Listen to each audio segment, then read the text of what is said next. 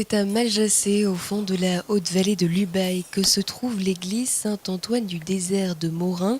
Située au cœur d'un environnement d'exception, cette église a vécu beaucoup de péripéties.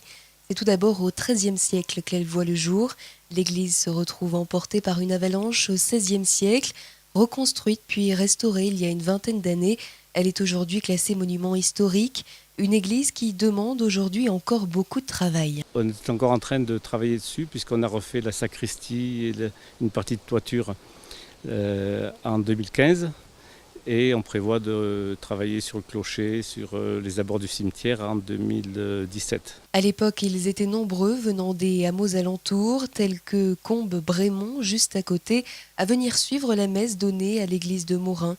Aujourd'hui, l'église sert peu, mais elle reste accessible aux nombreux randonneurs qui viennent se promener dans ces magnifiques paysages. Il y a quelques baptêmes, malheureusement quelques obsèques, et sinon il y a un ou deux offices par an, quoi. Bref, c'est à l'unanimité que les touristes, les Ubayens et les Alpins du Sud prennent plaisir à venir se balader dans la vallée et passent à l'occasion y faire un tour. Donc là, en revenant de promenade, j'avoue que je suis un petit peu trop fatigué pour y rentrer. À ma précédente visite, de souvenirs et des fresques à l'intérieur peintes qui sont superbes. Il y a le cadran solaire également et je la trouve absolument magnifique. Voilà une église qui a traversé le temps et ce qui est certain, c'est qu'on ne s'en lasse pas.